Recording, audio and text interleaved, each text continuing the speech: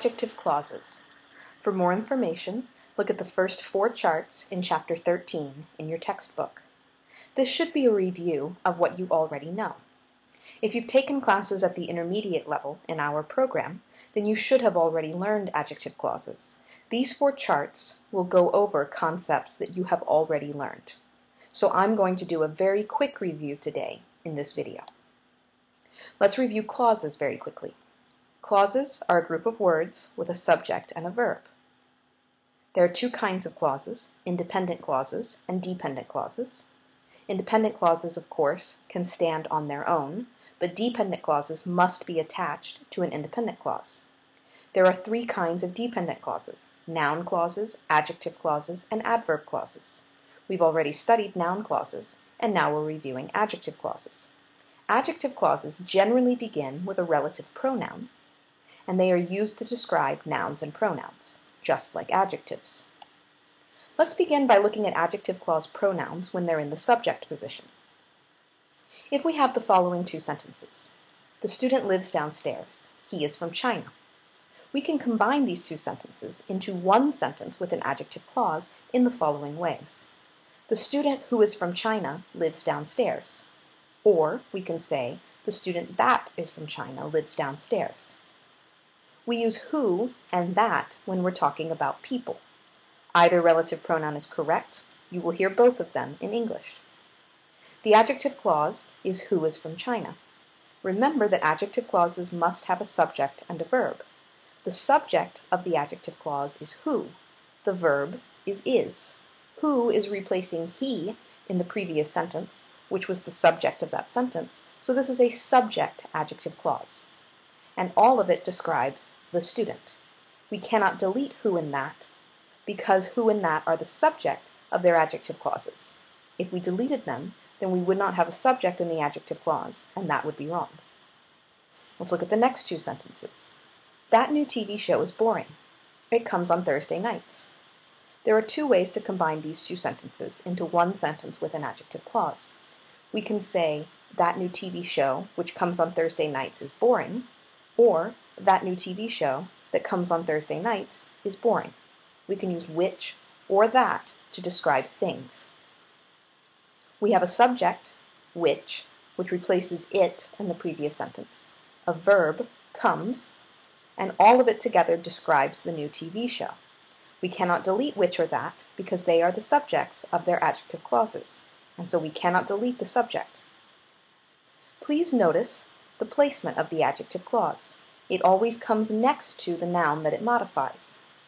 So we don't say, that new TV show is boring, which comes on Thursday nights. Which comes on Thursday nights must be next to the noun that it modifies, which is show. Now let's look at adjective clause pronouns in the object position. For instance, the student lives downstairs. I met him yesterday. When we combine these 2 sentences, we're going to replace the object pronoun him. So this is now an object adjective clause. There are many ways to make this into one sentence with an adjective clause. For instance, we could say, the student who I met yesterday lives downstairs. Now, we use who because it's a person, and it can begin the adjective clause. But I have to say, this is not terribly common in English. When who is in an object adjective clause, we don't use it that much. We use who a lot in subject adjective clauses, but not so much in object adjective clauses. You're not going to really hear this in spoken English, and you're not going to see it in written English very much. We could also say, the student whom I met yesterday lives downstairs. Whom has the same meaning as who, but it's the object version of who. Who is the subject. Whom is something that we use in English, but only in written English. You're not really going to hear people say whom. It's very formal. This is what you would see if I were writing the sentence in a formal paper, but it is not what you would generally hear people saying on the streets. You might hear, the student that I met yesterday lives downstairs. That's pretty common. But I think the most common sentence you're likely to hear is, the student I met yesterday lives downstairs. This is the most common sentence you will hear, and also the most common sentence I think that you will see written in English.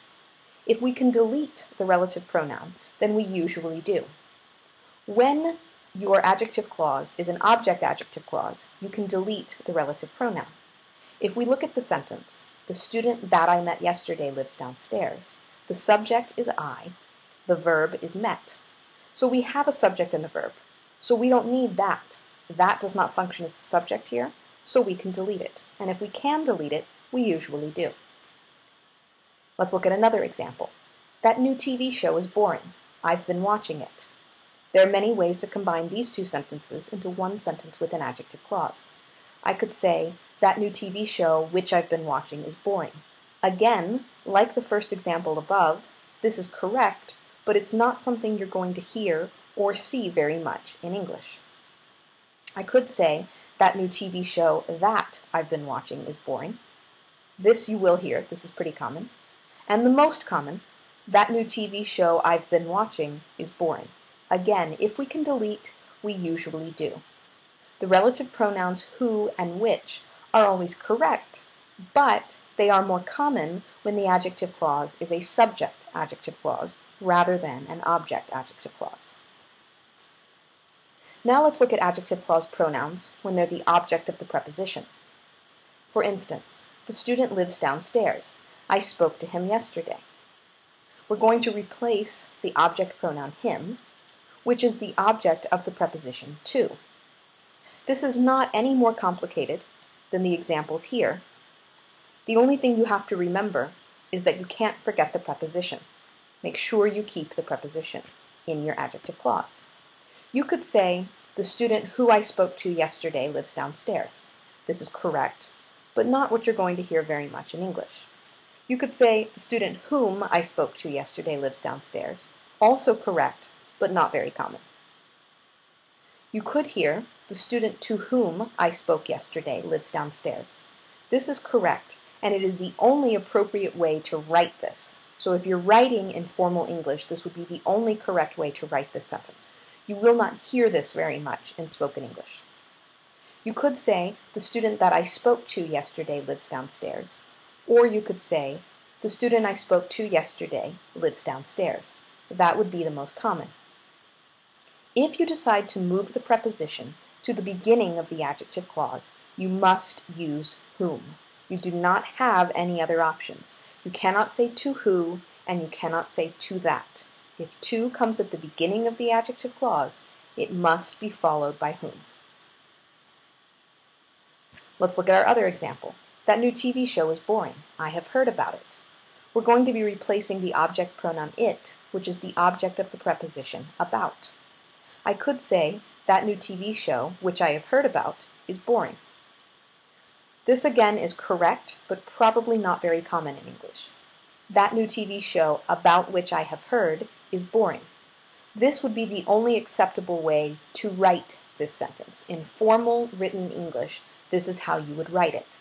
We bring the preposition to the front of the adjective clause, and we follow it with which. You can only follow it with which. You cannot follow it with that. So please remember that after a preposition, you use whom or which, but those are the only correct options. Next example. That new TV show that I have heard about is boring.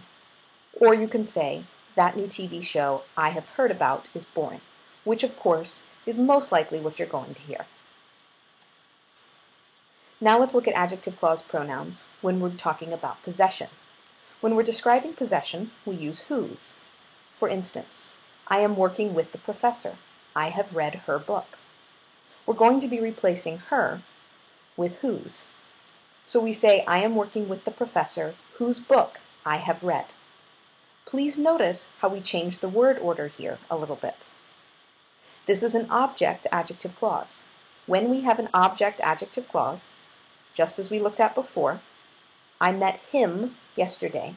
Him gets replaced by who or that and moved to the front of the adjective clause. In the sentence, it was at the end of the sentence, but in the adjective clause, it's at the beginning and can be deleted. Whose is similar. While it may come at the end of the sentence, her book is at the end of the sentence, but when it becomes an adjective clause, it moves to the beginning of the adjective clause. Here's the catch. Whose can never be deleted. You absolutely cannot delete whose. Never. So we say, I am working with the professor whose book I have read. I could also have another sentence. I have worked with the professor. Her paper was recently published. I have worked with the professor whose paper was recently published. In this case, it's very clear. We're replacing her with whose. It's in a subject position, so we don't need to change the word order at all. Word order stays the same. A very important pronunciation note here. Whose, W-H-O-S-E, sounds like whose, W-H-O''S. They are pronounced exactly the same, but the meaning is different. Let's look at the examples below. I have worked with the professor who's currently publishing a lot of papers. Obviously, in this case, whose means who is. Another sentence. I have worked with the professor who's been publishing a lot of papers recently. In this case, whose means who has.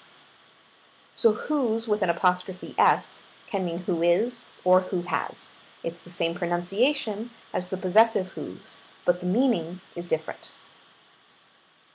Now it's your turn. Read the following sentences and decide which relative pronoun works in each blank. It is possible that more than one answer is correct.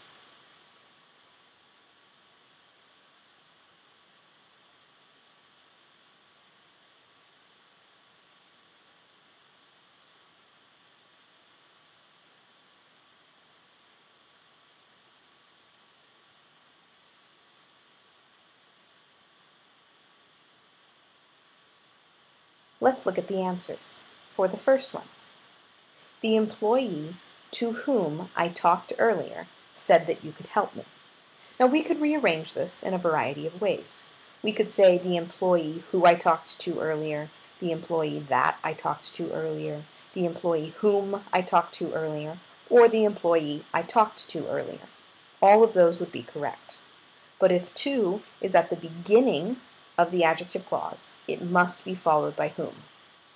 In the next sentence, the children who live across the street are coming to my son's birthday party on Saturday, or the children that live across the street are coming to my son's birthday party on Saturday. We cannot delete the relative pronoun because it is the subject of the adjective clause. The subject is who, and the verb is live. For this one, we have three options. The newspaper which I was reading earlier is on the table. The newspaper that I was reading earlier is on the table. Or the newspaper I was reading earlier is on the table, where we delete the relative pronoun. In this case, our relative pronoun is the object of the verb, not the subject, so it can be deleted. We have a subject, I, and a verb was reading, so we can delete. Finally, the children whose parents work with me are coming to my son's birthday party on Saturday. This obviously shows possession. The parents belong to the children, so we want to use whose. For more practice, do exercise 14 on page 275 and 276, and exercise 17 on page 277.